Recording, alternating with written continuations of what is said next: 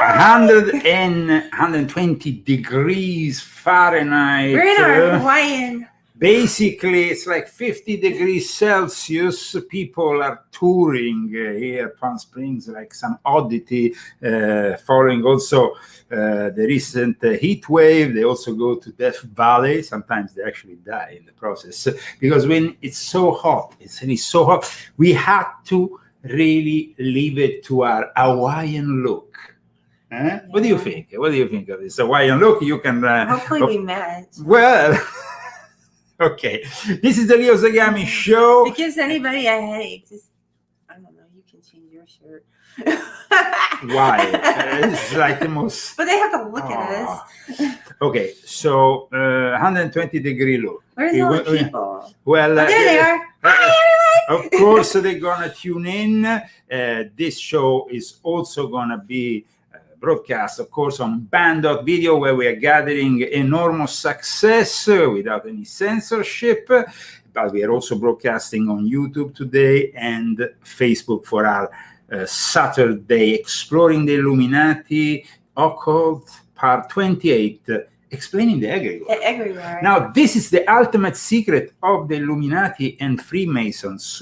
So bear with me because this is going to be very important. This is really the ultimate secret. And let's start, of course. We can't really start without a little bit of... Dance Macabre. Dance Macabre!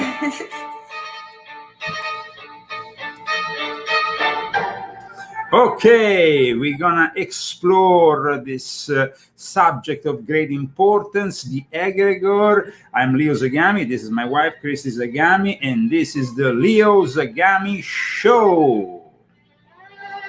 Saturday the 15th, the 15th, July the 15th? Yeah, as you say in American, July the 15th, 2023, one of the hottest days ever. Hopefully. Hopefully. Why? It won't get hotter than this. Oh, no. I don't know if it can. Okay, so the subject. Wait. Well, first of all, we have to. We're here because of you guys. Yes, so. yes. Let's thank. It's because of you that this air conditioner is going for the show. So. Yes, it's very expensive. It's very expensive. Of course. Okay, so. Please, Christine. Okay, first of all, we have Bruce, and then we have Johnny Underwood, then we have Joseph Strogish, and then we have Roger Osigwara. I hope I said that right. It's like war, like war, like in Italian war. Ochigwara, and Daniel Abdallah. Okay. So we got you all in, our sponsors, of course. Thank you very much. Thank you very much. And nobody bought the book this week, so maybe a few people, but not many. Okay, we are about to come out with a new book. I think everybody's waiting. Everybody's waiting. It's a good book. I don't even know what to say. Well, don't say anything. Do I look different at all? Because after reading, I'm a little bit different now since I read a little bit. Volume 9, it's a big surprise for everybody, so get ready, and the applause for the sponsors in the meantime. They deserve this applause. It's a special applause. Here we go with the applause.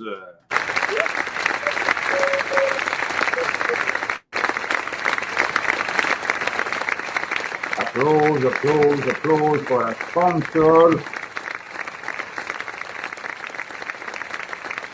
How does the link card apply? I forgot.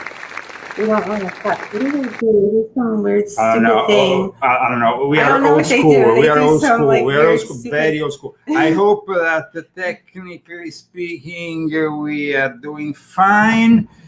Huh? How you see us? Good. Your sound is good. Okay, because this is probably one of the most important, if not the most important episode of Exploring the Illuminati Occult series.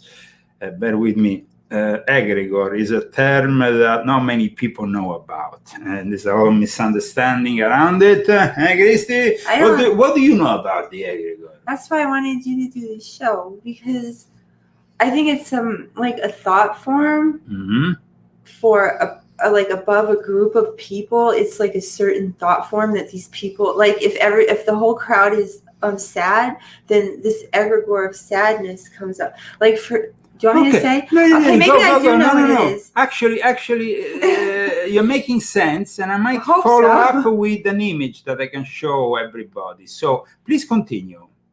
Okay, well, it's just like a thought form. And okay, so like, for instance, during 9/11, we were all so sad. So I'm sure that because of what happened, and I'm sure that it formed like an egregore, like over the United States, maybe over the whole world. Right now, I feel like there's a very bad egregore. But anyway, I don't know. I mean, I just feel like, not for me. Okay. I don't feel a bad egregore for me. Never mind. Just let him talk. I'll go on and on. No, but you're right. You're actually right. Am I right? Here we have really the visual representation of this egregore thing. Now, egregore of a community, egregore of a company, egregore of a social group. These are, of course, 3 examples. But where does the word come from? Because it's something that's going to bring us very far back into time, but at the same time, yeah, I don't like repeating myself, but that's how it is. At the same time, the guy who actually launched this word was the guy who also invented the word occultism, launched it. I'm talking about Eliphas Levi. Him again? Yes, once again we are facing, a guy, Eliphas Levi. We met him already in many of our episodes. Alistair Crowley claimed to be, of course, his reincarnation. He was immensely inspirational for the very foundation of the Theosophical Society, as well as being really the guy who, with his dogmas and rituals, inspires also Albert Pike, who then does his dogmas and rituals for the ancient and accepted Scottish Rite. So, without going out of the subject of this topic, of course, we will be talking also a little bit about the morphogenetic field, which is a very interesting concept, because even if it's been branded as pseudoscience, is actually trying to bring the egregore concept more into an academical, scientific kind of exposition. Okay, so here we are with Eliphas Levi picking up the word that already pre-existed, which actually means the Watchers, which is something picked up from the Book of Enoch. Now, so for Eliphas Levi, these Watchers, because then, picked up from the Book of Enoch, then were punished. Of course, we all know, the punishment, and of course, the Noahite, the Noah and his ark that saved all the animals, and then of course, then we have this sign of a new covenant, like the Noahite laws, and also represented by the rainbow, which was sadly stolen by Satan nowadays for his pride. Without going into that. I used to like the rainbows. Well, I mean, it's a natural thing. But let's go into this whole thing, because it's complex, but at the same time, it's essential that we understand what an egregore is, how it operates, how the secret society, because I wrote, as you know, very much about it in Volume 1 and Volume 2 and Volume 3, especially in this 3. And then, of course, I've also written about it extensively in Invisible Master. So I've written a lot about the egregore, and today I'm going to also let you read some words by Princess Kaoru Nakamaru, who, of course, introduced Volume 2, talking also about the egregore concept, which, I mean, okay, we definitely here have to, I have to get everything ready here in my computer so we can discuss this, which is very important. I mean, the concept is complex, but is also fundamental. because if you learn about the egregore now, you will understand why today, for example, as they are gathering in a place like the Bohemian Grove in the middle of July for their midsummer whatever, they are actually working with a very powerful egregore at the Bohemian Grove, the egregore of the Bohemian Club members, which is generated while they are there doing all kinds of things, but especially the ritual. You see, the ritual, which of course we know more about thanks to Alex, who went in there. Well, yeah, but I mean, for most people, that ritual seems to be something without really any particular sense. It doesn't have any particular sense. Well, instead, because, if you, start hearing this voice, and it seems all like theater without really anything important going on. Now, I want to summarize the problem here today. The problem that we have is that we have a world which is saturated with negative egregores. And these negative egregores that then kind of join the astral plane, which is populated by thought forms, tend to generate, of course, energy. When an egregore is a negative egregore, it generates something that, of course, goes and helps Satan's Legion. Now, though Eliphas Levi was the one who launched this whole concept, it was actually, and here it is very important to say also this, it was actually the Russians who kind of, let me here fix this, because otherwise we are really today kind of running in precarious conditions because of the heat. We have all these ventilators, everything is there. So, okay, let me tell you more about these concepts, which, of course, like I said, I described from volume 1 of my confessions when I explain how the astral aspects that underlie all the actions and even the existence of secret societies come from the astral plane. These astral aspects are important, and the astral plane is important for all the occultists, all the people in, but even the thing with the egregore is that it's not a concept that you can apply only to occultism. You can apply, first of all, to our family. Now, our family has an egregore. We have a set of rules, a set of beliefs amongst family members and all that. That is already in itself an egregore. Yeah. Do we have an egregore? Of course. From this show? Well, we have. It must be such a good egregore. Well, we have an egregore. Because you guys are so great. So of course, when people are joining in, and now though we have to understand the varieties of egregores and how they operate, because of course there is also different interpretations of that are given of the egregore. In a second, I will of course make you read what Princess Kaoru wrote, which I find very useful for the introduction to today's show. But at the same time, there is a guy who actually I interviewed in volume 5 of my confession, Mark Stavish. Okay. We interviewed two people in volume 5 of my confessions, if you remember. One was David Griffin, and the other one was Mark Stavish. Mm-hmm. Now, Mark Stavish is an author, a very accomplished author, an expert of the esoteric world, and to my knowledge, the only one who in recent time has written a book dedicated to the egregores.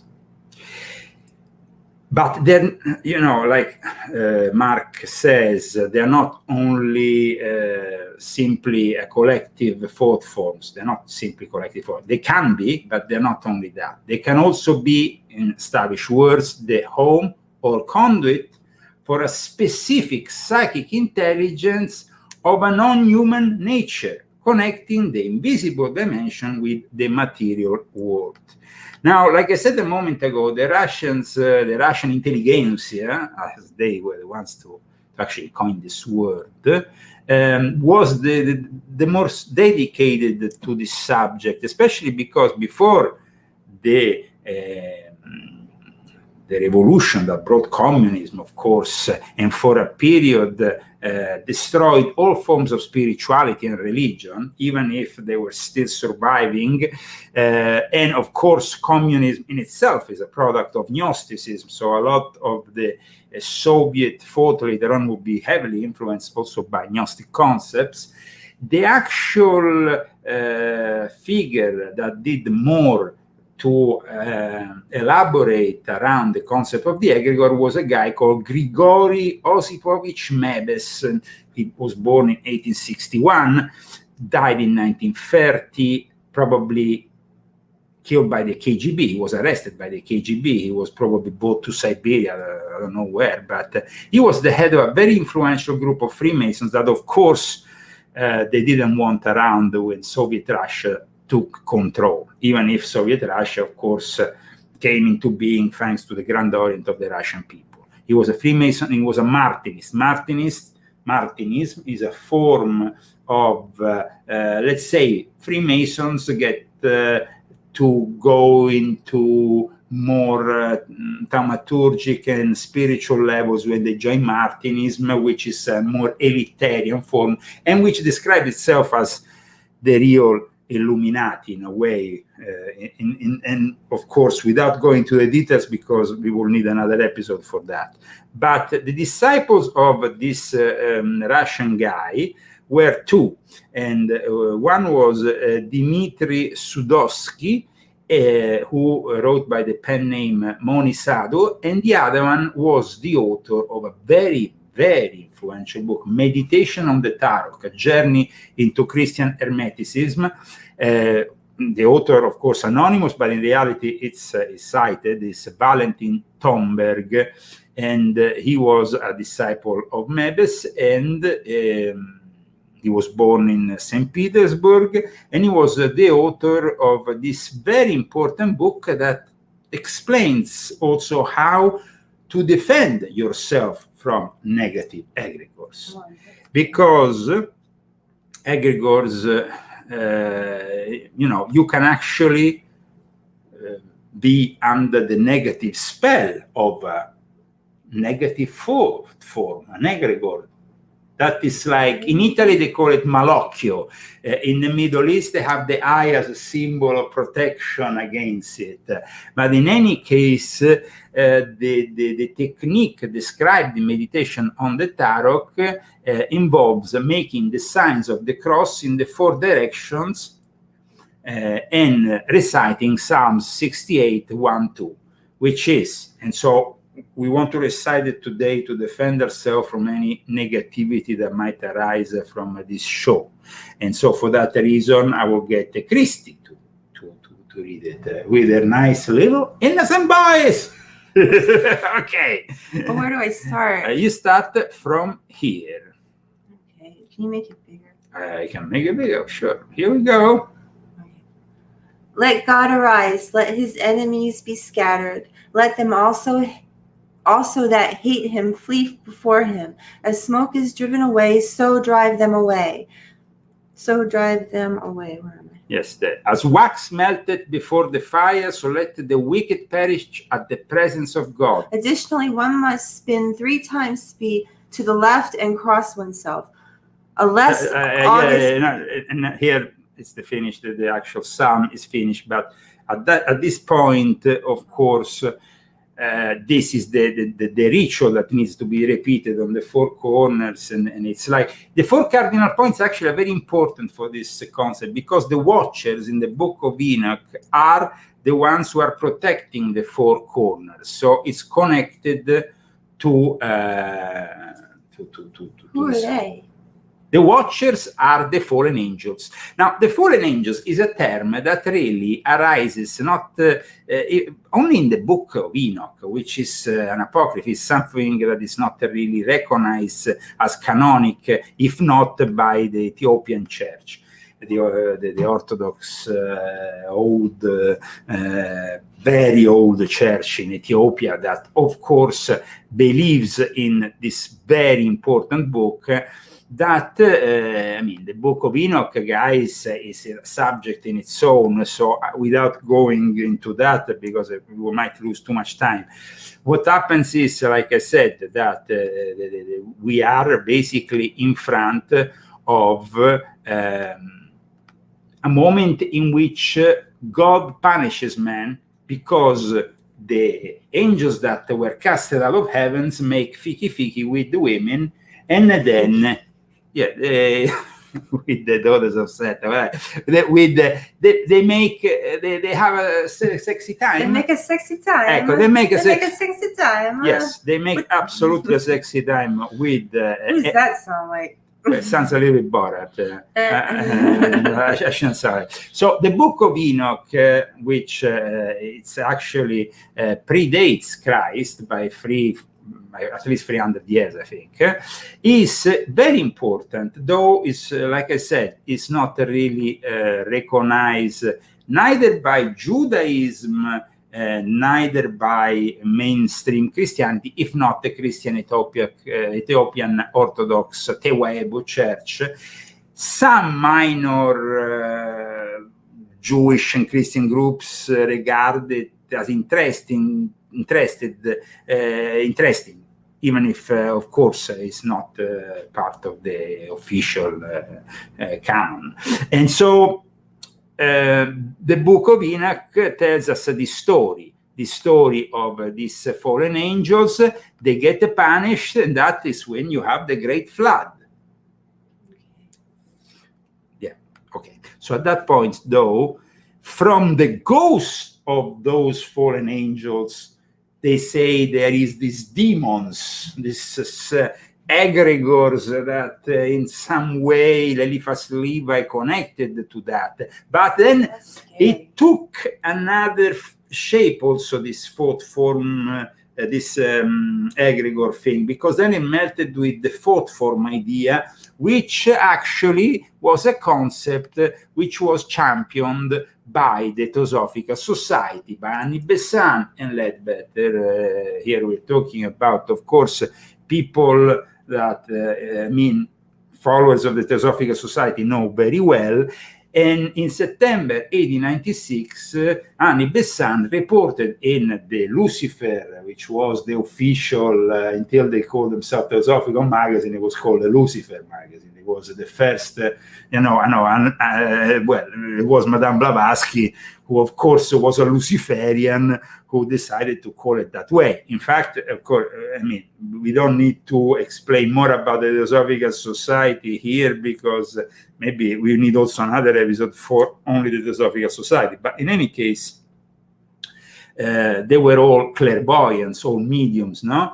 And they claimed, Annie Besant claimed, that two clairvoyants from the Theosophical Society, whose names were not disclosed in the journal, although some members of the society knew who they were, had started observing the substance of thought. Basically, these thought forms from our brain had shapes. And these shapes were then depicted, described in a book that came out, I think, in 1905, called Thought Forms. And there is all kinds of thoughts that generate all kinds of images. So I give you some example, just so you can understand. Remember, it's very important, this subject, because every single Freemason believes there is an egregore that rules their lodge. There is an even bigger egregore that rules their Grand Lodge. And the same thing can be said for the Illuminati, and every single group of them believes in the egregore concept. So by understanding how it operates today, you will actually finally know the ultimate secret of the Illuminati. Okay? So here we are. This is self-renunciation. It projected this image. Okay? Now, of course, here we are in it looks like a lotus. Yes. Here we are, of course, in a realm of, let's say, pseudoscience, but we can, of course, grasp more of this going through all the various images, so we can maybe learn more. Now, the concept of thought form, the way the Theosophy saw it, is peculiar to them. But the fact is also that they saw the thought forms, but also there is a concept in Theosophy known as the tulpa. And the tulpa is basically, you are a thought form that materializes literally a being. Sometimes this technique is used by the Illuminati for appearing in two different places at the same time. So, though this concept, influenced by the depictions in TV and cinema from the 1990s and 2000s, has now started to become the concept of an imaginary friend. But in reality, tulpa is a concept born within Theosophy, mysticism, and the paranormal of a materialized being or thought form. So this is also something that comes from that realm. For those who have just tuned in, this is the Leo Zagami show, and of course we're broadcasting from the hottest city of the planet, on the planet, yes. So I'm not true. Yes. So I'm not wearing my traditional suit. Christy is always very elegant. So are you. Well, thank you very much. If you want, look elegant now, so don't worry. That's great. If you want to help us, in a Hawaiian shirt. That's good. That's good. Thank you very much. Okay. The Leo Zagami show, of course, is sponsored by you. You can do it with GoFundMe. You can do it with Fundly. You can do it with Cash App. You can find all the means to sponsor us at our website, leozagami.com. And of course, if you want, you can also sponsor us by purchasing our books, which is another way to support our show. And let's move on with more images, from the thought form idea concept that was paraded, the concept that was basically announced and launched with this book in 1905. This is grasping animal affection. What? Really? Yes. This is the intention to know. This is murderous rage and sustained anger. This is supposed to be the reaction you have when you have a sudden fright, no? And this is instead when you have greed for drink, alcohol. This is at a shipwreck. Shipwreck? Shipwreck? Yes. That's the Egregore at a shipwreck? Yes. Yeah, you see, it's very important, but people need to understand that, these projections at the time apparently have materialized during these events. This is the thought form, alleged thought form of a funeral. This is more like when you are in meditation. And of course, here we are discussing something that we're picking up from a book, thought forms from the two major authors of the Theosophical Society, which is inclined to be a little bit new agey. But having said that, the concept of the egregore is a concept with that the New World Order applies constantly. And today you will see, even at the highest level of power. I will show you a video later that will prove that.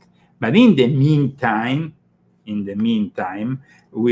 how are you doing with the egregore, Christy, and the thought form? I'm learning a lot. I know about it from your book, so you just you can't really go into the whole thing. So I didn't know all this.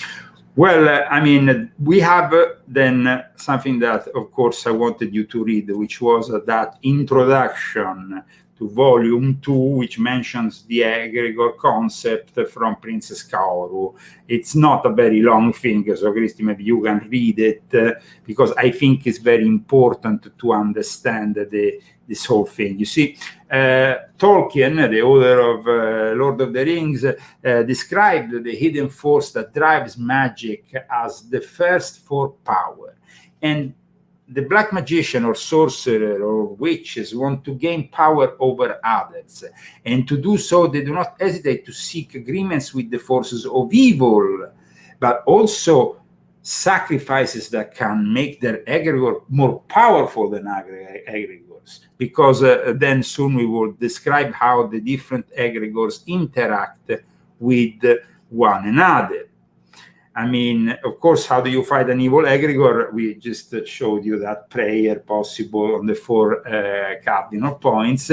But since the egregore is formed when a group of people is combined with exclusive intent and common purpose of creating it, if they are aware of it. Because then you have the people who are not aware of the egregore. People in a stadium are not aware they are creating an egregore when they are maybe watching their favorite idol playing, or they're watching a concert.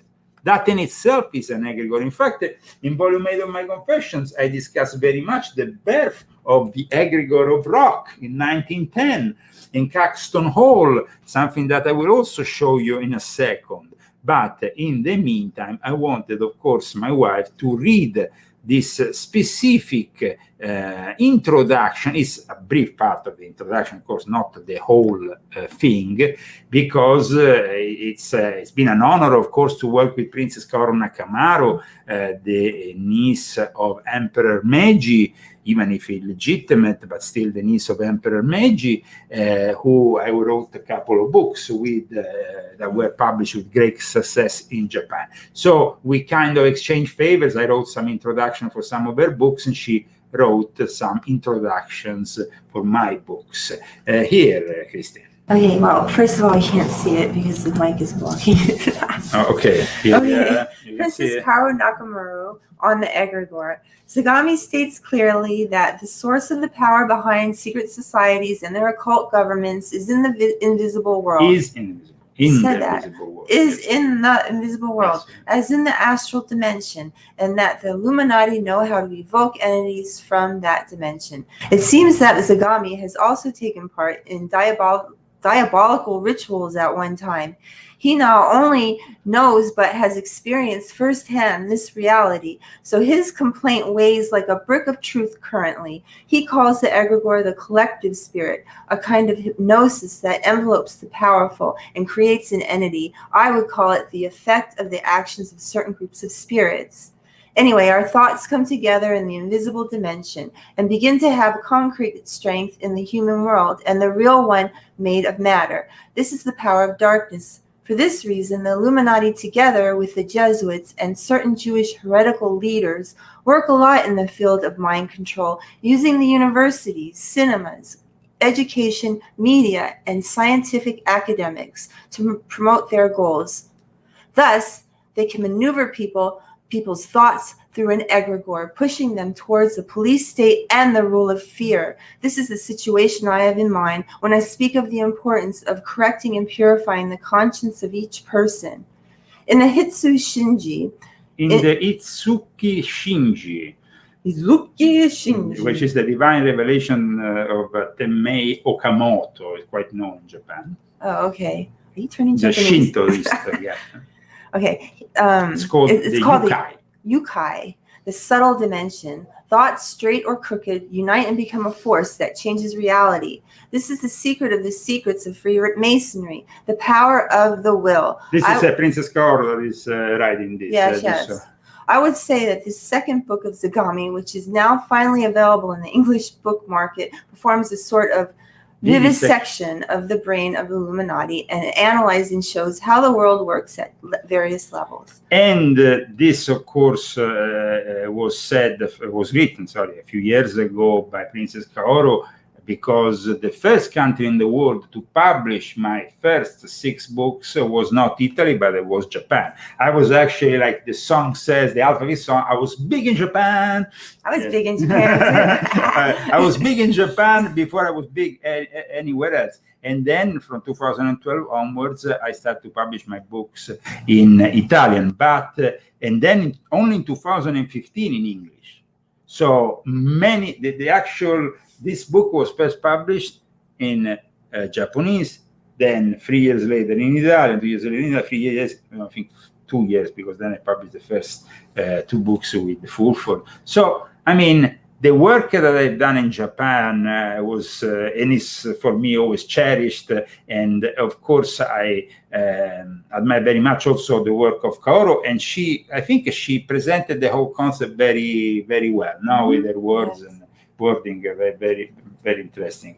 Okay, so at this point though, I would like to go more technical with you to explain you a little bit here more in detail the whole concept of the egregore and how it works. Because when a spiritual egregore is demonic and evil, the entire group attached to it in turn becomes demonic and wicked. But also when you go in a lodge, and you don't need to say anything, but if those people have bad intentions and they come in a lodge even without doing anything or saying anything, and they bring that dark energy, they will create even deaths in that lodge. Because especially in Freemasonry, where you have basically such a strong connection with the egregore force, if you bring in people that practice black magic, do things that,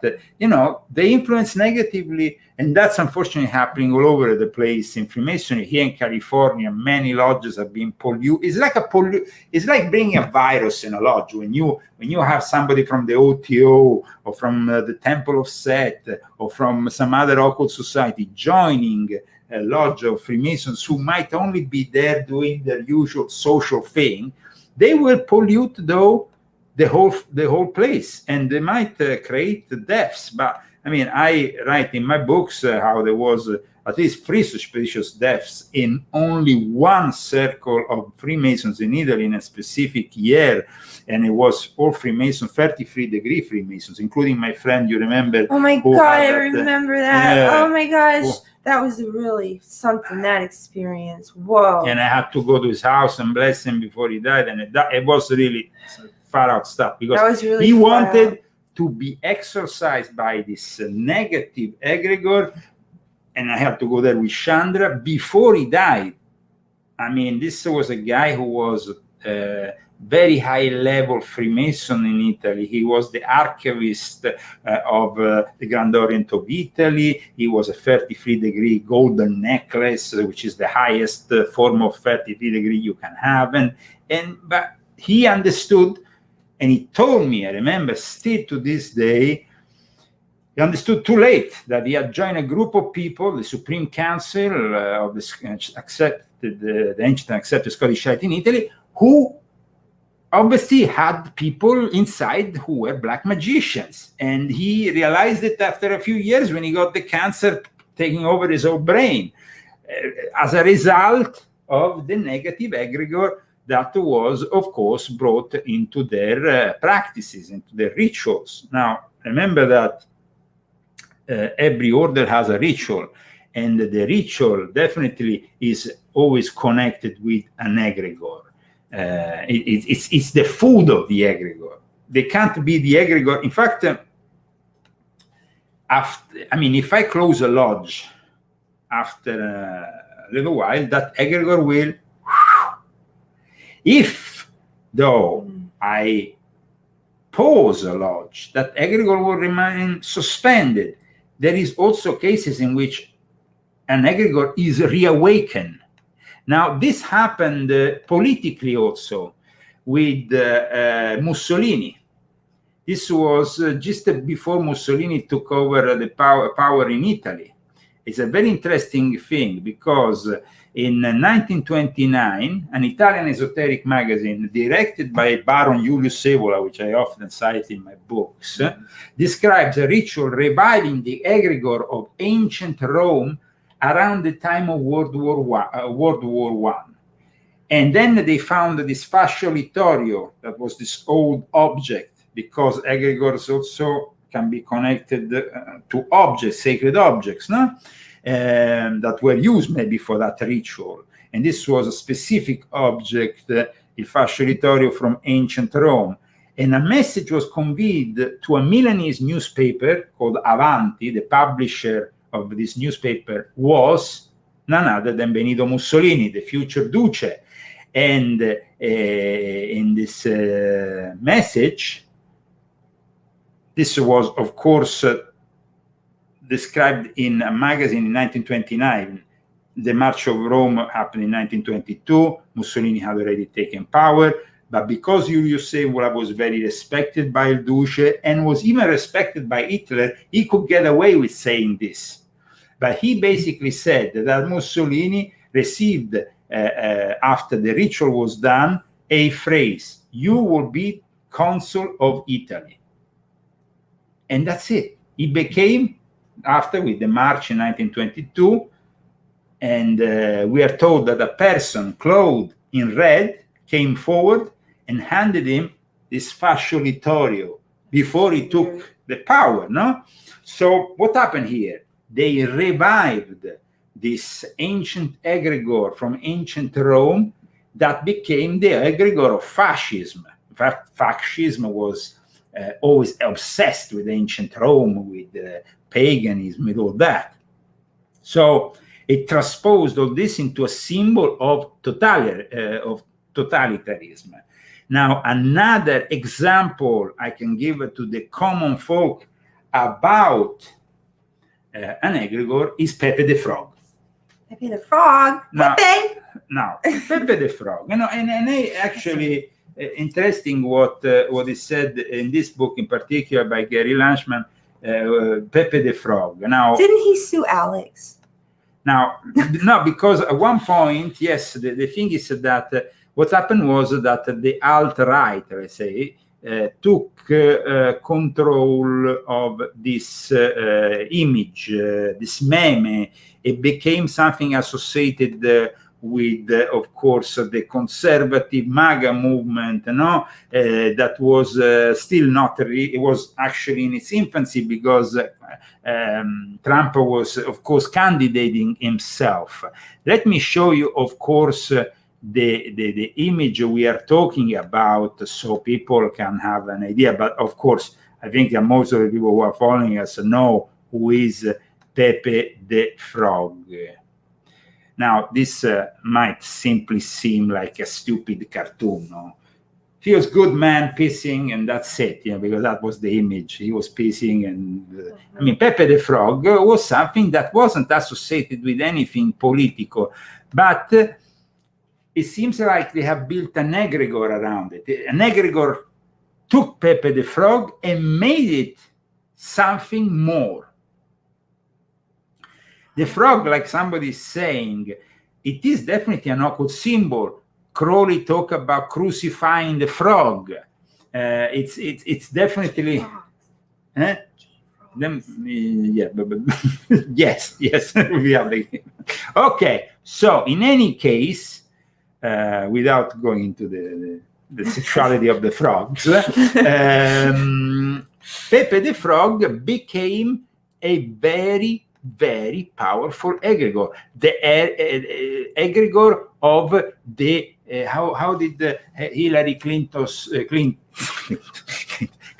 call us the deplorables? It became the symbol of the deplorables. It gathered the energy of the deplorables. But we're not that. Just because she said it? Yeah, no, but I'm saying about the egregore that made me mad. I mean, but Pepe became that force, and it kind of like, and for a time that egregore was powerful. Yeah, it was great. So I mean, it helped, and then by the way, because Pepe the Frog didn't end up only with becoming fundamentally one of the main features of course, the new MAGA movement in its early stages. It also became, it was used by the protesters in 2019, 2020 in Hong Kong. Protesters that were, of course, then blocked by communist China because, and so it was like you could see they wanted freedom, but the mainstream media associated too much that symbol with Trump, with everything that was negative for them, and so they were like saying, oh, this Hong Kong protest. They didn't really support a protest that was trying to bring some form of democracy in a place that is now oppressed since they have been, they have been passed from the Great Britain to China, communist China. They were supposed to respect these two different systems in one country. Instead, in the end, they just become, and in the end, Hong Kong is another oppressed part of communist China. That's how it is. But like we said, the meme of Pepe the Frog is another example that Gary Lanchman, who is an occultist, by the way, connected to the OTO, brought into the equation in this analysis. And of course, I think it can be very interesting.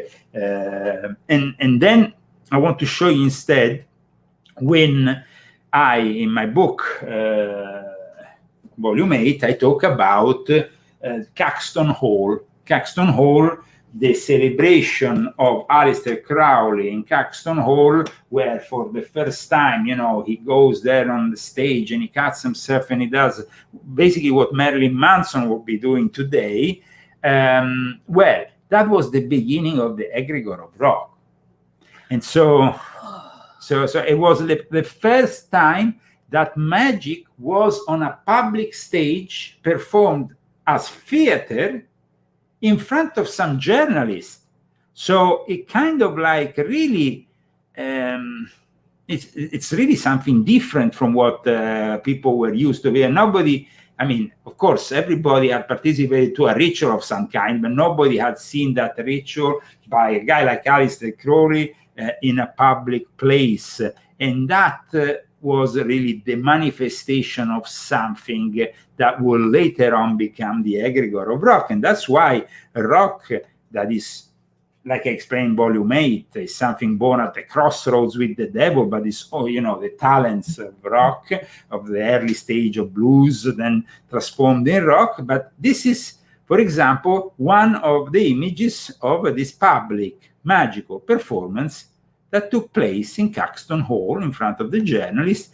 And I have here, I think, another image, let me see, of this ritual that took place in 1910, after he had already done another ritual, though, in 1908, between 1908 and 1909, he had basically, at that point, in the early stages of Hollywood, drawn that chaotic, but also that very particular energy, that energy of Babylon, that energy of Choronzon, the demon of the abyss.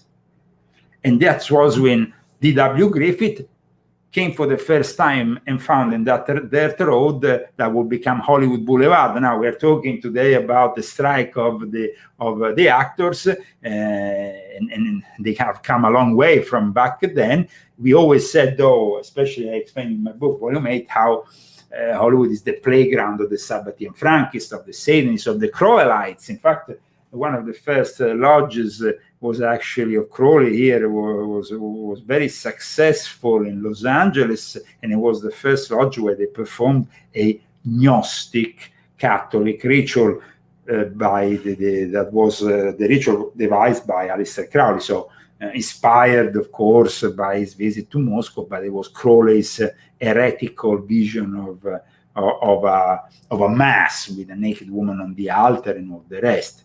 So here we have again the Caxton whole ritual of Crowley, this Eloise's rites, in which he evokes, in this case, he was evoking the spirit of Saturn. He was evoking the spirits of the, of course, the various planets. But this is, of course, demonic in nature, what he's doing.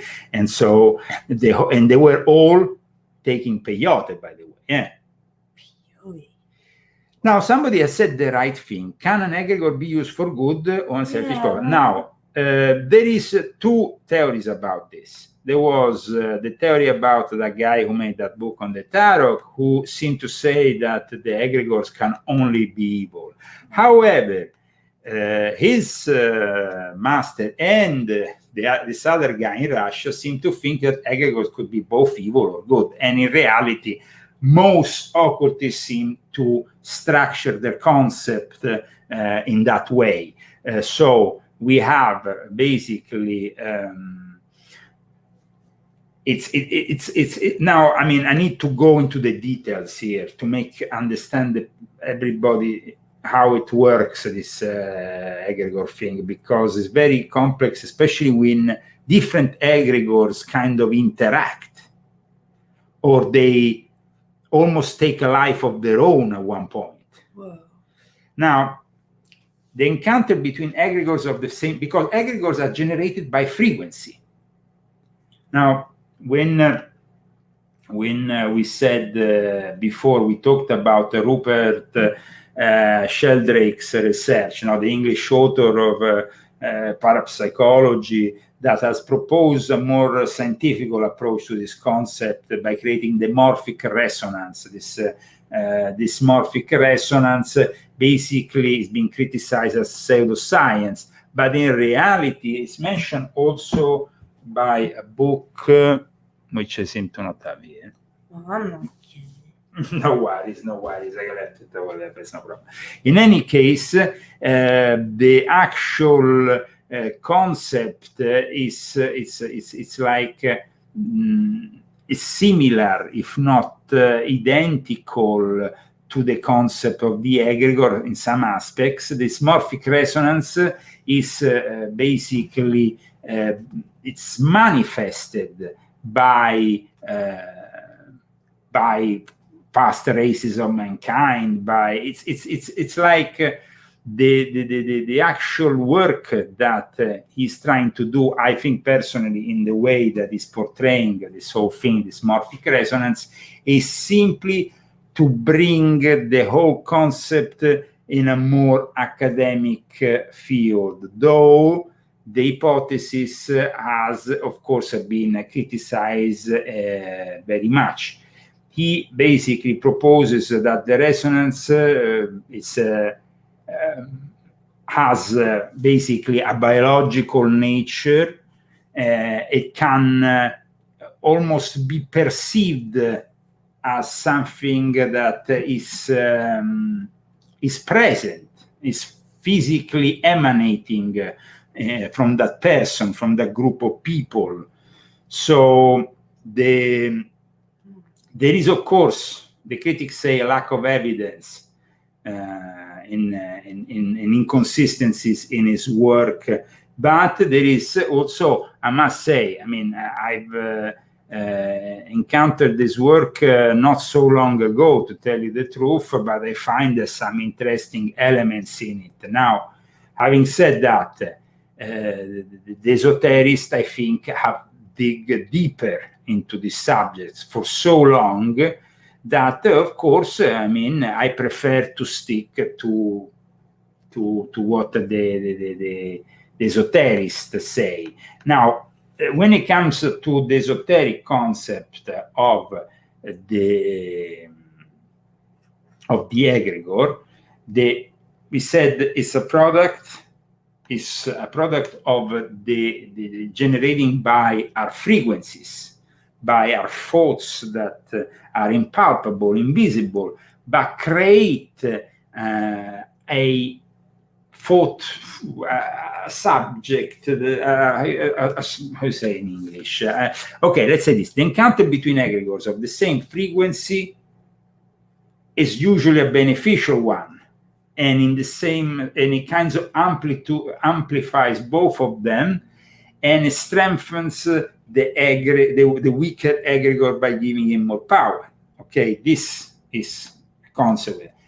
An egregore that is too powerful against a weaker one that doesn't have the power to, it can completely cede to it and get taken over. The encounter between egregores of the same frequencies is basically something, the weaker egregore resonating with the strongest one in the end, acquires the same amplitude, but is resonating with the one which is stronger.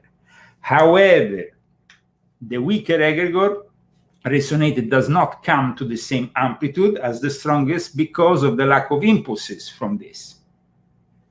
Plus you have the physical egregore and you have the spiritual egregore that emanates from it. And this is also a big complex, this subject, because the frequency of a spiritual egregore is given by the composition, algebraic sum, of the frequencies of the various participants in the physical egregore. So we have the egregoric field, which is generated by a rite, an event, that can be a concept. Now, you show me, for example, an image that we wanted to use for today was this one of... Don't say it. I'm going to show it. I'm going to show it. Just show it. So it's kind of like... Here we are. That's a massive one right there. Yep, here we are. That's a very strong masculine egregore over her. Here we have. This is Marilyn Monroe.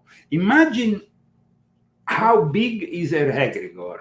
I mean, it's so huge. Her egregore is like probably one of the biggest egregores ever. I mean, I think she has the biggest because egregore. if you know, when the people read something about her, see her movies, watch her image, every time they make a thought, this thought, it's integrated in a much larger thought form egregore that is basically enormous at this point.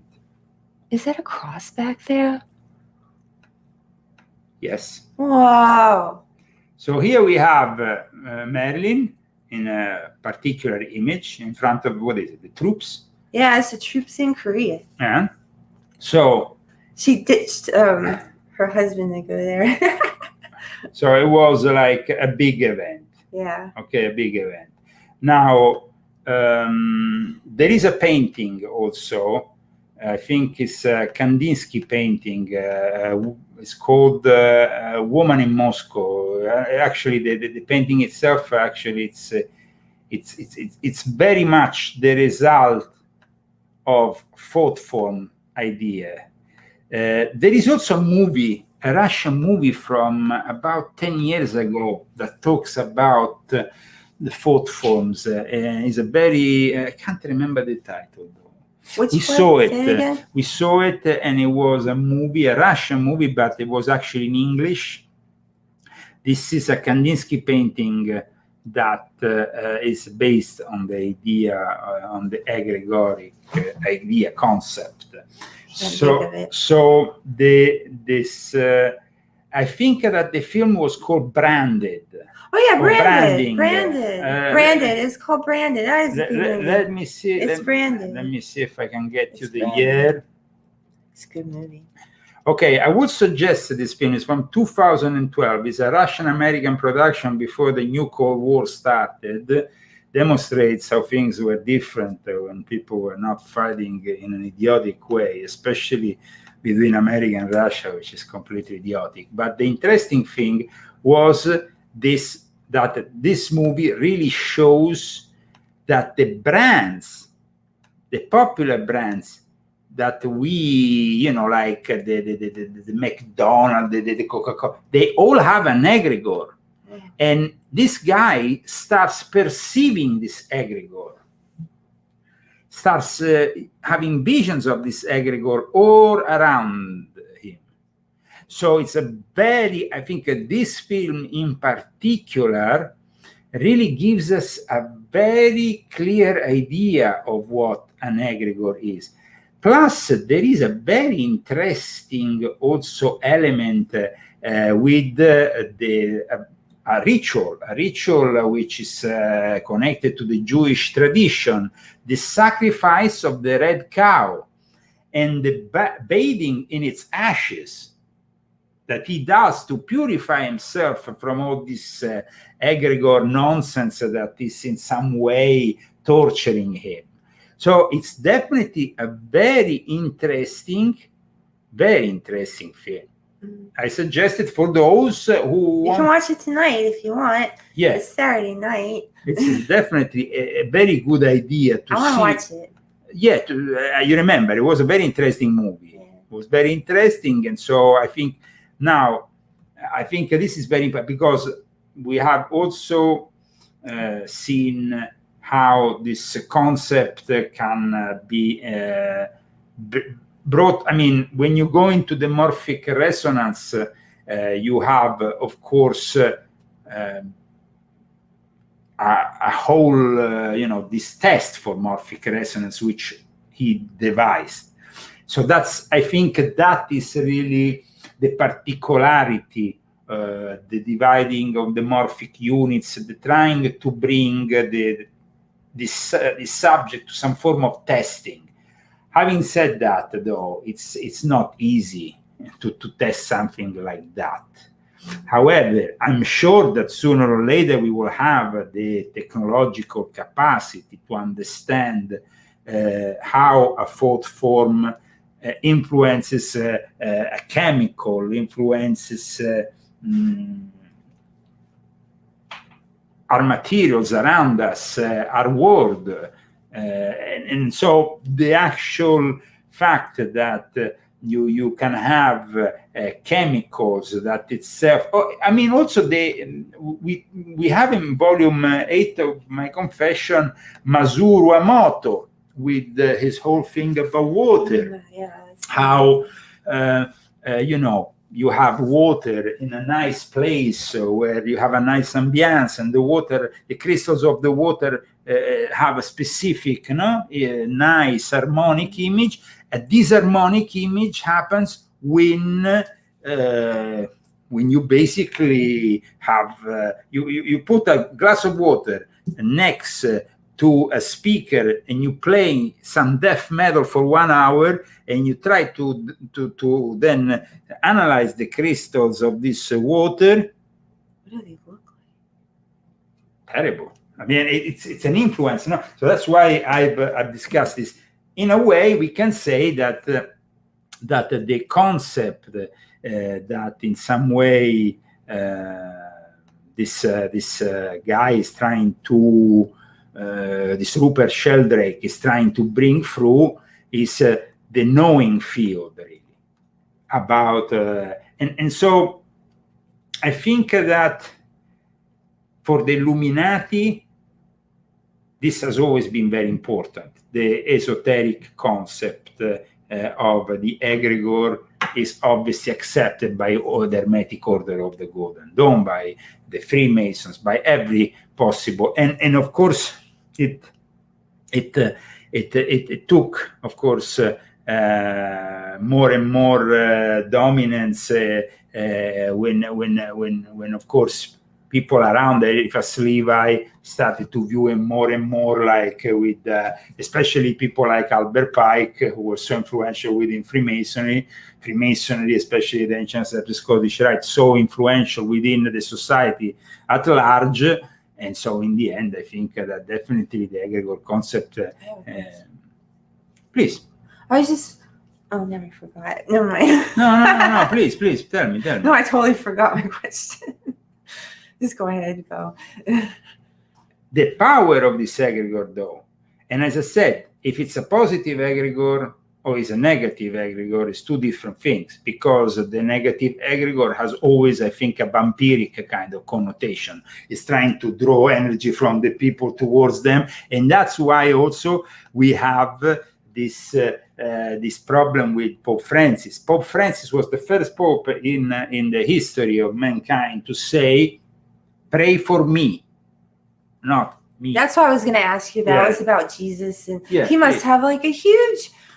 I mean, his must be the biggest. I mean, his egregore. Can he have an egregore? Well, here we are talking about. I mean, it's Jesus, so I mean, Jesus. It's not like... It's like talking. I mean, for Christians, is of course a reflection of God. So the highest principles reflect on him. He doesn't. I mean, his. Is all encompassing. If we say the fourth form of Jesus, definitely was projected 2,000 years ago, and it's definitely massive. Bigger than anything else. Definitely, and it has definitely. It is. Definitely, and at the same time, though. No way. At the same time, though, you have the enemies of Jesus who have tried to infiltrate in various ways his egregore, pollute his egregore. Well, they can't do that. They can't change the way people... Gnosticism and the heresies derived from Gnosticism are absolutely an example of that kind of thing. So regarding the egregore, God must get so mad.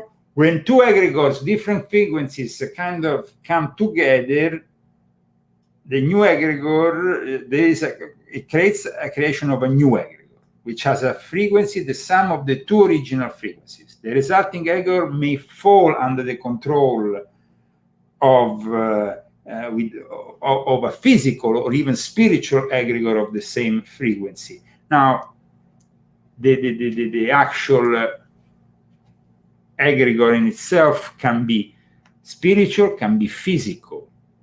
What is the difference now? The complexity here, understanding that an egregore is something that when you are amplifying through your speech, I mean, if you are doing it consciously is one thing.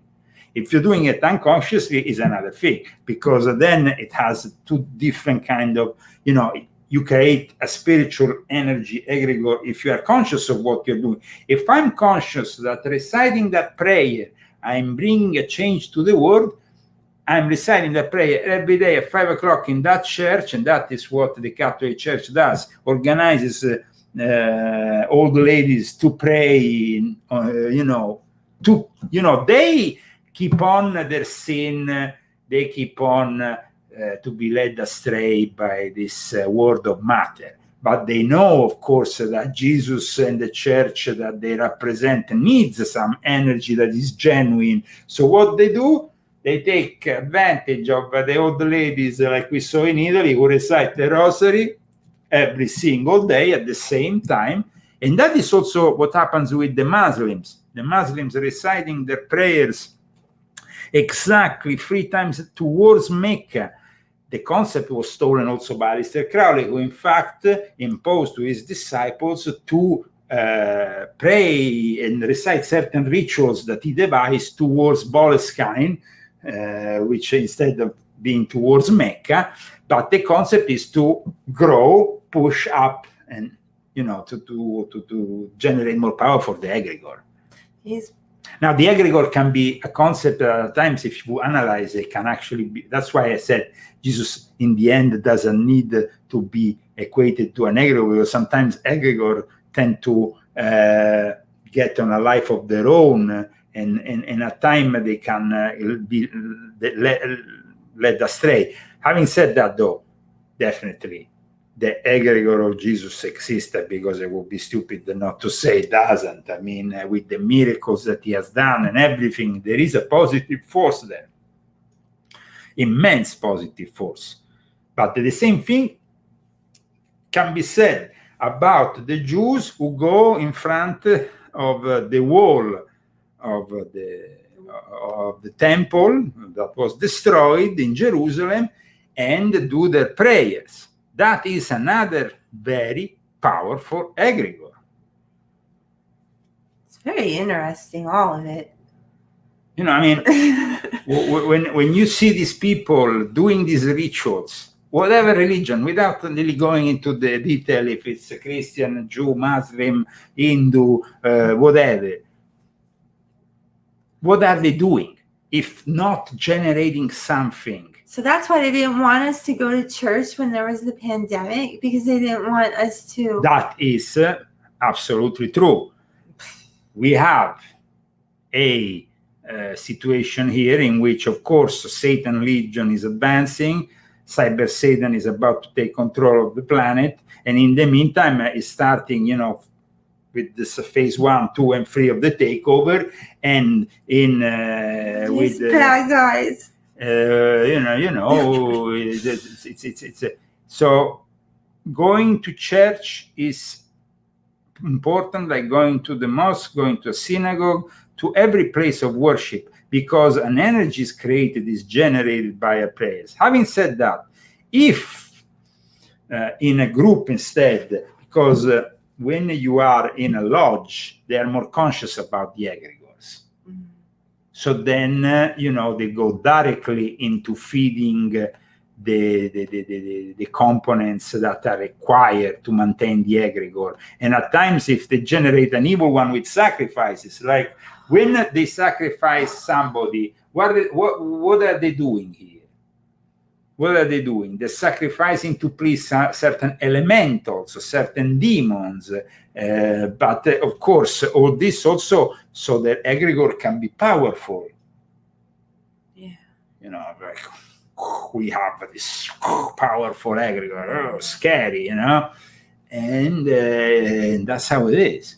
It gets you with fear, though. You can't be afraid ever. You have to just trust God. Absolutely. You never, ever, ever be afraid, because it feeds on the fear, everything bad. Now, if though, for example, I go into, let me make an example. I go into a church. I'm not genuine about that prayer I'm doing. It doesn't do anything. It's kind of weakening the field, is weakening that church, is weakening the world. If I'm in a lodge and I'm a Satanist, the other guy is a Christian, and though we don't really know about each other, but at the same time, we don't really believe in the principles that are outlying in that order. I'm making an example here. It can be whatever order. It can be the buffalo order, for what I mean. It can be the elks. Even those people in their quasi-social...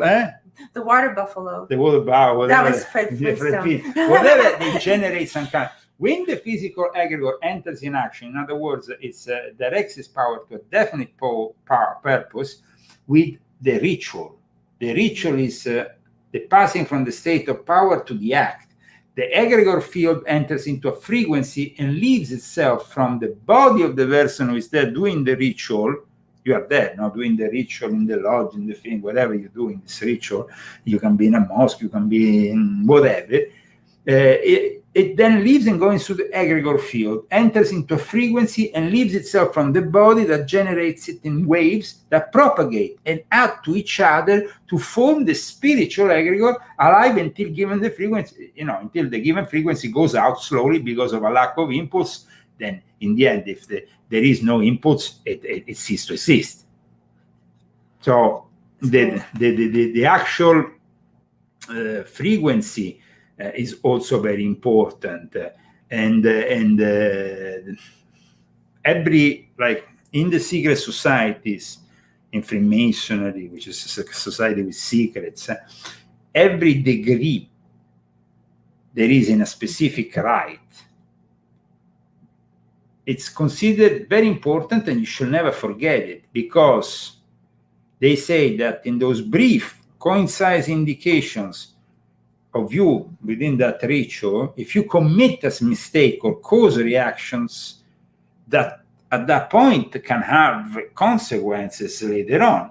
So that's why the ritual therefore in initiating rites, when initiation attempts to obtain the benefit of influence in the egregores, in order to acquire something, it's very important, though, in all this to follow the gestures, the words, and of course, what is supposed to be happening. I mean, the wrong gesture by one of the participants in the rite, one more word spoken by the initiated. That's why sometimes you have to really read the ritual, or you have to be really careful to know it by memory, because it will generate problems later on with the egregore. One wrong gesture by one of the participants to the right, one more word, and that, and a word that goes to a higher ceremony I mean, it's can render it all in vain or even dangerous. That's nuts. You know, because the right is action. The right is action. That's it's something very important. They are good or bad spiritual egregores. But having said that, it doesn't change then the fact that the ritual has to be conducted within the frame, because each physical egregore therefore produces with its actions invisible forces of a magnetic nature. If you think about it, in the lodges of Freemasonry, don't they go clockwise or anti-clockwise? Yeah. And when you go around, don't you generate energy? Yeah. So it's about the physical producing. Then you go to that electric character, vital nature, spiritual egregore that is produced by the physical egregore. For example, a crowd of faithful in prayer is a physical egregore. Its action, of course, is effective. The prayer is heard, and even more so if the prayer is for everyone. And if it's guided by a guy who is honest and genuine and convinced by those who has the power to achieve a certain goal, it produces benefits at that point. It could produce benefits. So somebody asked earlier if we could use this whole thing positively. Of course we could. Of course, I wrote it in my books. I wrote in my books that if we actually, and this is like, of course, here we are talking in the realm of theory, but imagine, and this I wrote in volume 2 of my confession, so I'm citing myself, basically. Imagine if millions of people came together, forming a truly positive egregore. All of you guys who are watching me, a positive thought for mankind, for a specific thing that we want to correct. It would generate, with the right intentions, instead of, being screwed up by a corrupt church, a corrupt mosque or synagogue, this would have, and this will generate a nuclear bomb effect against the globalist enemy and their materialistic mindset of infinite proportions. That's a big thing for people. Now, so when I was saying about the ritual, think about the fact that when we go in church, we do a specific ritual. We don't put the ritual and start reciting the prayers upside reverse, because that at that point would be satanic. Exactly. Same thing can be done in a synagogue or in a mosque or anywhere else where you are reciting something. If you don't stick to that specific ritual, you will generate chaos. Hey, there's some chaos going on now, so that egregore is making chaos for people. There is, of course, now, like I was saying, at the beginning here, we are in front of a world which is increasingly screwed up. We have generated. Hollywood has a lot of responsibility for all the violence they have transmitted. I mean, of course, we can see, for example, a film detached and say, okay, this is entertainment. But remember, guys, that from the first Quentin Tarantino movies of the 90s till now, it's been like violence. And more violence. And the kids get violence in their games, and then you have you get astonished if you have all that violence in the street and stuff, or somebody get jumped who is just trying with a. You're not doomed though if you were exposed to this stuff, because I know my kids played all kinds of video games, and they are the most precious, good boys. So well, I unfortunately I cannot see this operation of gathering millions of people worldwide to do this thing I said in a short time. But I hope that in the future we can arrive to that level. We don't have that much time. We do not have time. We need to really this world is increasingly confused and skeptical, increasingly materialistical. And so we are detaching more and more from this concept. We need to connect, guys, with God. Everybody needs, not us. The creation of a global egregore created by the right people in the coming years, like I said in my books, like I've spoken of this concept in Volume 1 and Volume 2. This is a concept that I think is still valid.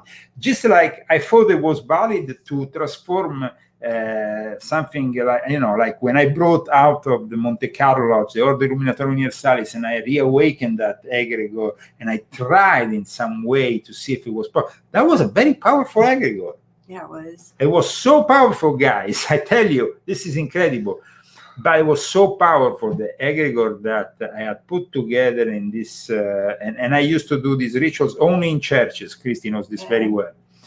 And these rituals, of course, with my order, and everything was very disciplined, everything was done in a certain way. But if you came into that church with the wrong intention, I could see it immediately, and the person itself will actually have problems. One guy showed up with a big scar on his head the morning of his supposed initiation. Another guy, people that, of course, later on proved to be completely the wrong kind of people. So the egregore was simply sending them away.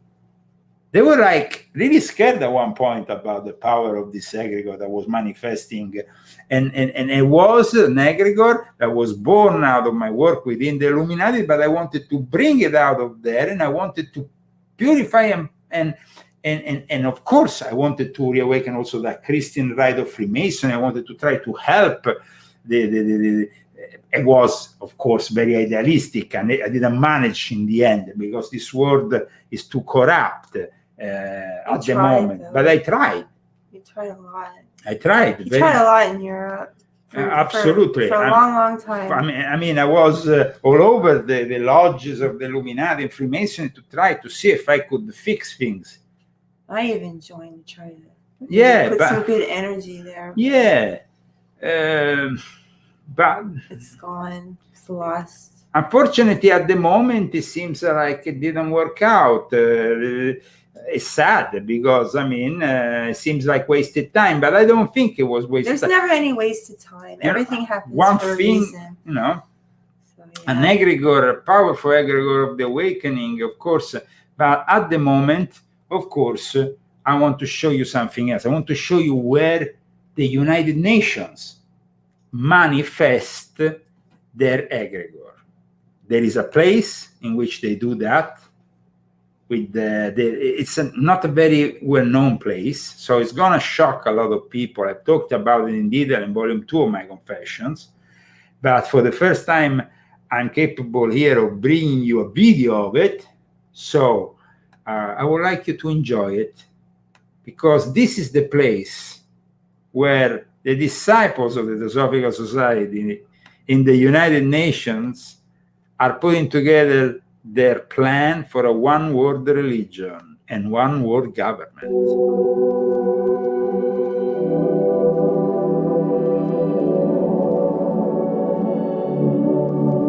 Good morning, everybody. Hope you guys are doing all right. Pedro here. We are in New York, and as I've been here a lot of times, I didn't know what to do this time. And I remember on that video about the hidden places here in New York, in the end of the video it started raining and thunderstorms, and I couldn't go to the last place. It's called the Meditation Room in the United Nations headquarters.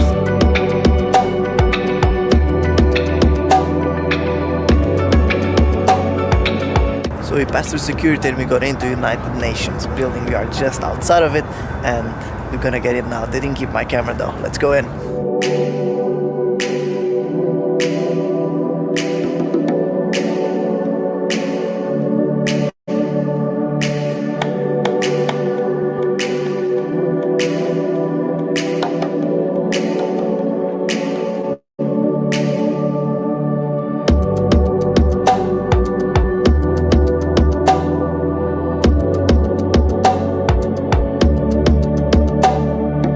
Through the simplicity of this place, people with many faiths can meet here. The light spot hits the surface of the rock as a symbol of how the light of the sky gives life to earth in which we stand. The stone in the middle of the room, you may see it as an altar. Empty, not because there is no god, but because it's an altar to an unknown god, who man worships in many names and different forms. The block of iron ore weighs about 6.5 tons, and it's a reminder of the endurance and faith in which human endeavor must be based.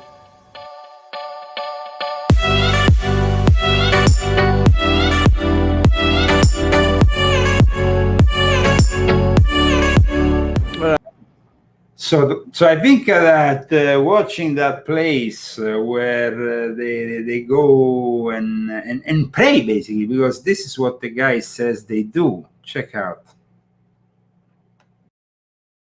We saw the meditation room, and it was something incredible.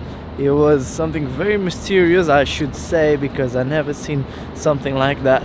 And the story that this room has behind it, it's very, very interesting. So if you guys are in New York, I should say that if you are in New York, you have to come to that place. It's not like a big deal, but it's a place that you can go that you'll not have any tourists at all. I was about an hour and a half inside that room, and I only saw one person going there. He went there, he kneeled, he prayed for about 30 seconds, and he got out. So if you want to see hidden places that you will not see tourists at all, this will be the #1 spot. If you want to see other places hidden here in New York, you have the link here on the top right corner of the video. You have the...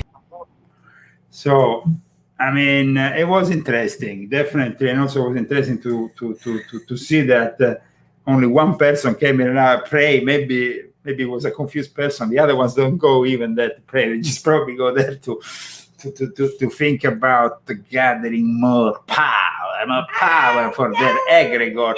Now, we know very well what the United Nations wants to do. We will not go into the details, especially the... But you can on this channel. Oh, no, you can't. Never mind. Well, no, we're not on that channel. Which channel? We're talking about this. It is YouTube. But we are also on Bando Video. And on Bando Video, I will probably continue exposing more and more this whole UN thing in the coming weeks and months, because as you know, I also have my Tip of the Spear edition. If you don't like me and you just want to see Leo. No, it's not like that. The thing is this, a few, as you know, now a few months ago, maybe 2 years ago, because time flies, I stopped doing news here on YouTube because of the censorship. So now I have this new show on Band.video where I can do again my news. If you like it, you can join me there. I didn't want to do any more of that kind of show. We were losing too many channels. We would have like, I don't know how many subscribers. We had 17 channels removed. So the first one, how many? You had so many. It was built up for years, and you had a lot of subscribers, and you never get them back. You know, people never come back and find you. So once you lose those subscribers, they're gone. So, but now we have gained thousands and thousands of people in the Band.video platform. We are really achieving some. Well, we don't. I mean, we're not censored. We were not censored. We are reaching like 15,000 with that episode Saturday exploring the Illuminati Occult series. Something that here on YouTube or on Facebook, unfortunately, with the shadow banning and the censorship, is no longer possible for Leo Zagami. So I hope you will follow us also, because the Saturday show is laid also on Band.video platform. So it's a good option. Also, if these videos maybe get removed for any reason, you can still find it there. Okay, moving on. We are of course in the closing with this whole work we are doing around the concept of the egregore, but I had written something in one of my books which I wanted Christy to read. Let me see if I can, of course, pick up the exact book here and show it. to you, Christy, so you can read. Talking about, of course, just summarizing the main concepts around the egregore, if possible. And here we go. Page 200 of volume 2 of my Confessions. I have a very specific citation which kind of really brings a lot of clarity to this subject. In the meantime, please, Christy, if you want to cite our sponsors again, because I really want to thank them once more. Okay, we have Bruce and Johnny Underwood and Joseph Strogish and Roger Osigwara and Daniel Abella Osigwara. Osigwara, I'm sorry. Okay. I think that's right, but I don't know. Okay, no worries. Now, in my book, Volume 2, I cited a researcher, an Italian researcher called Gian Guido Benucci, who summarizes as follow. Way bigger. Okay, it's this part here. It's not my book. It's this part here. Okay. Right. So bigger. I think I have bigger than this. I don't know. Is it? You want the window without? You want the yellow? You want no, that's. Mark it. Okay. The psychic egregore creatures are created by artificial human thought by a humanity of. I can't read unanimity. Unanimity of purpose. Unanimity of purpose. They are vitalized and kept alive by means of rites and are more powerful, and the impulses. Coming from its leaders. And more powerful than you read it, Mike. Okay, they can gain a certain independence. That's a problem at times, and also be free from any work suggestion when they acquire the maximum potential. That's why when you said before about Jesus, how many though deviant forms of Christianity there is that have generated egregores that have nothing to do with what Jesus taught. So in the end, how much of the egregore of Jesus, I mean, I'm sure that the egregore of Jesus, let's say, therefore, is present within Christians, but not necessarily in his churches, being Catholic, evangelical, or whatever. Mm-hmm. That's why I wanted to make that distinction before. Makes sense. They decline or dissolve, the egregores, when they no longer have their power through the rites and sacrifices. So, if, for example, in ancient, Phoenician times, they were sacrificing to Moloch or whatever, and then they stopped sacrificing. And then, of course, or in the Mayan and the Mesoamerican tradition, and then suddenly they stop with that. And then, of course, it declines and it dissolves. The egregores are made in the image of a total man, a cosmic man. We can refer it to the Adam Kadmon or the negative form, the Adam Belial, which are concepts, not Adam as the primordial man, but more as an idealistic emanation of that primordial concept emanating from God. An archetype, an eternal idea of it. Then we have these artificial creatures, almost the egregores become at times, and they gain power and they collect the soul of their people. They receive energy pulses, we said. So prayers, slogans. A political party, the Republican Party, has an egregore. The Democratic Party has another egregore. Okay, this is the uniforms of the Marines are part of an egregore. Mm-hmm. The mantras that are recited in a specific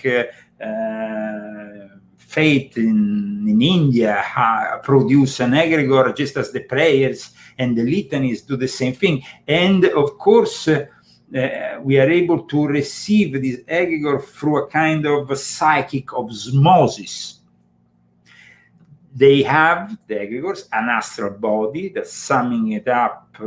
It's made up of symbols.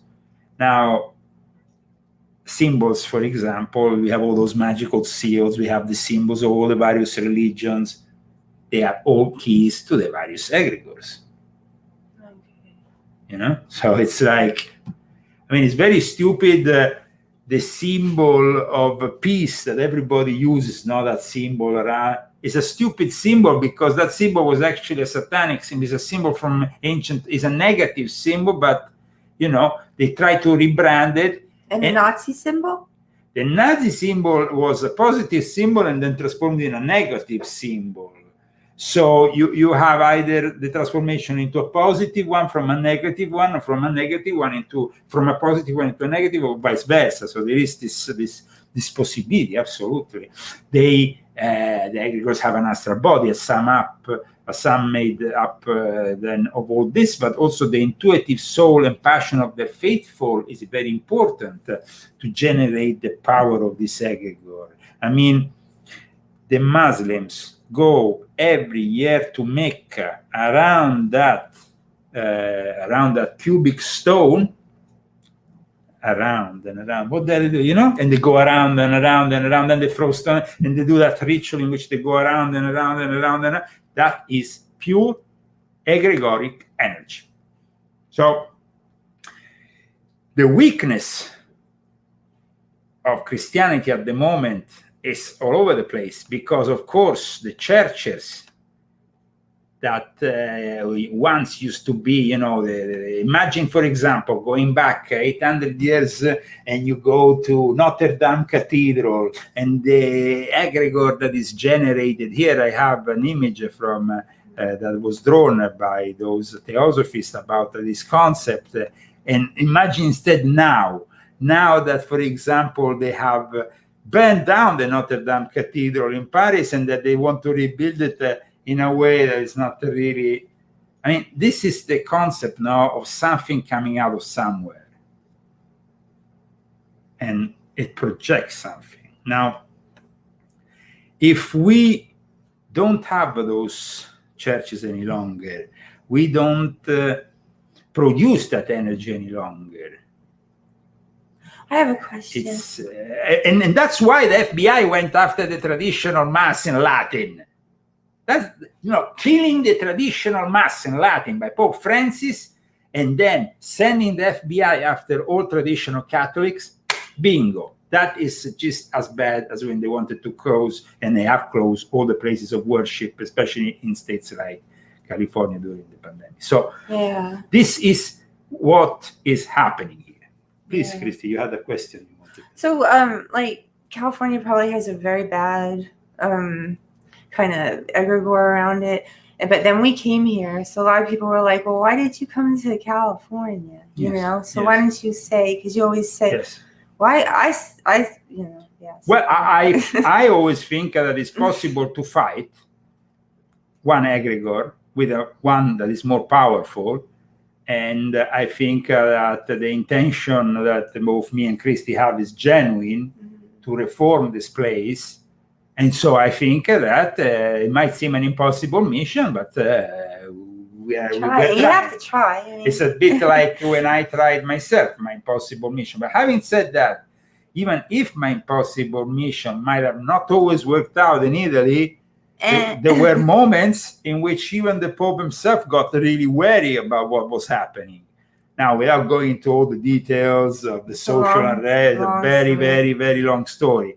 But having said that, it's like we tried. We are always genuine, and we do it thanks to you. Now, we showed you, of course, the GoFundMe. We will show you also the Fundly for those who want to help us with donations, which are from $25 upwards. And we have also Cash App. This is a way, of course, of sponsoring this event, this weekly event. We thank once again all of you.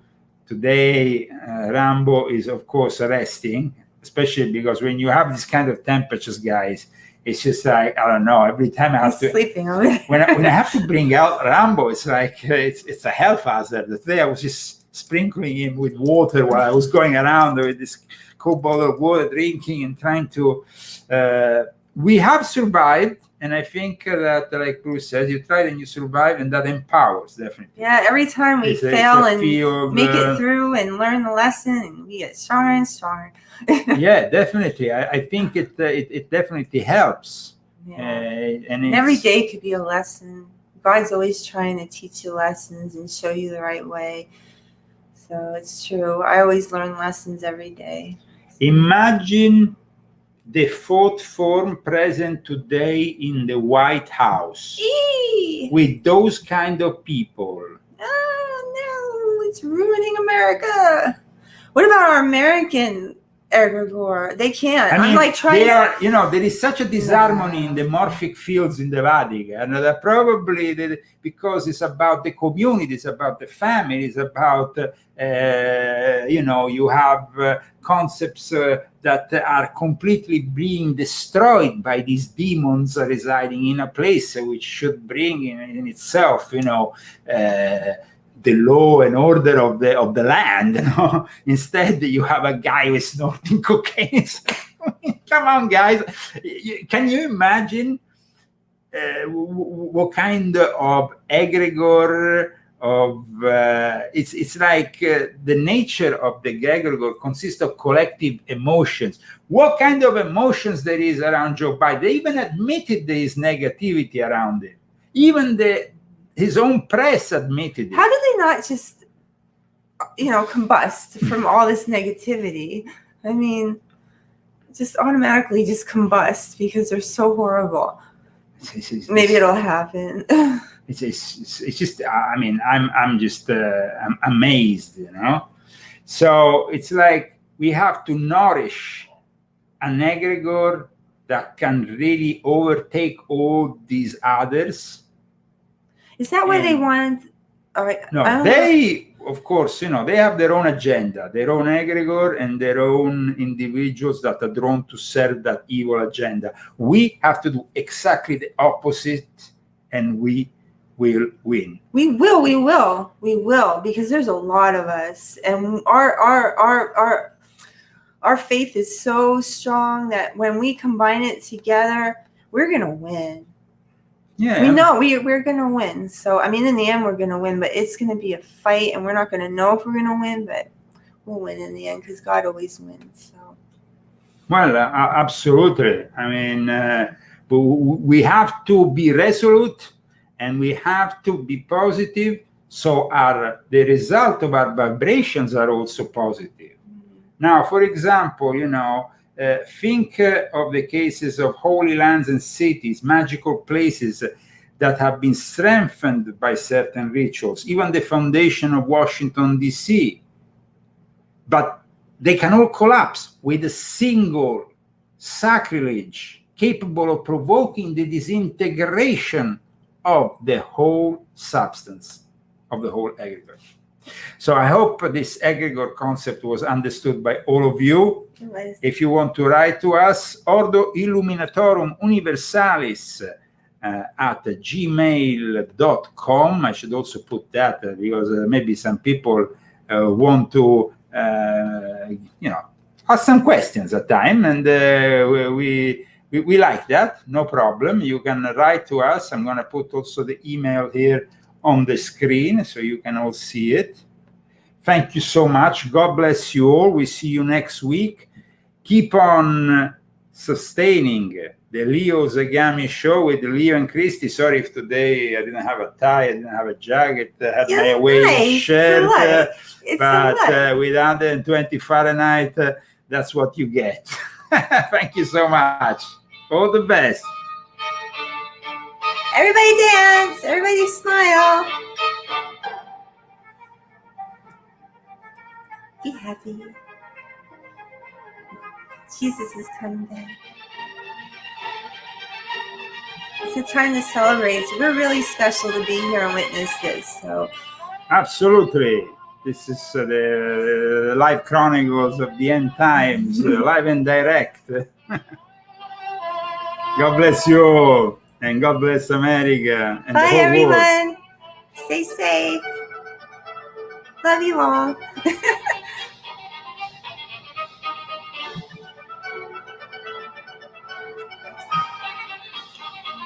Bye-bye.